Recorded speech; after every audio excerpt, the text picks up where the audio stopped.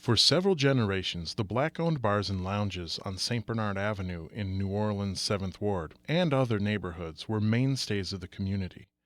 They were safe places for refreshment in an otherwise hostile world that allowed for the development of a strong community and many beloved forms of cultural expression.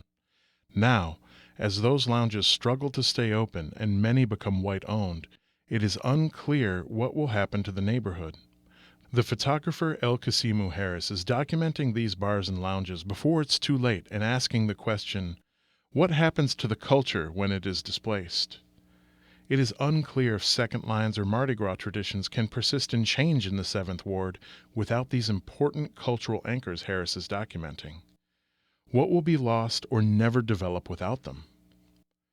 Kasimu Harris's careers as a photojournalist and social documentary photographer heavily inform one another. In Vanishing Black Bars and Lounges, his natural storytelling talent comes to the fore and expresses, with subtle urgency, what is happening to black communities in New Orleans broadly. For example, the relaxed body language and warm light found in the photograph Where Ya People From depicts the impact being felt by the bar's longtime patrons and community in general. Taken in Verrett's Lounge, the foreground is dominated by the blurry faces of white patrons who almost certainly did not grow up with a connection to Verrett's Lounge. Conversely, Fred Adams, whose figure is made diminutive by his position in the background, is in sharp focus. Where Ya People From illustrates New Orleans' languid move towards gentrifying black neighborhoods, which in the wake of Hurricane Katrina are desirable for their low prices and their higher elevations capable of resisting flooding. This body of work is primarily influenced by the work of Dawood Bey and Roy de Carava, as well as Bernie Imes. Bey's and Carava's work documenting everyday life in Harlem are easy inspirations to understand.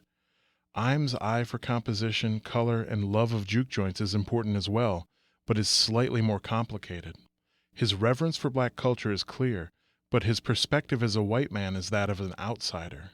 From an artistic standpoint, Harris's Vanishing Black Bars and Lounges is an opportunity to honor his influences while also creating an empowered oeuvre that is narrative-driven and based on the culture of a city from which he hails. Taken as a whole, this series of photographs is a beautiful, bittersweet, and inherently human call to document and understand a tradition that is and was crucial to the vibrant cultural tradition of New Orleans.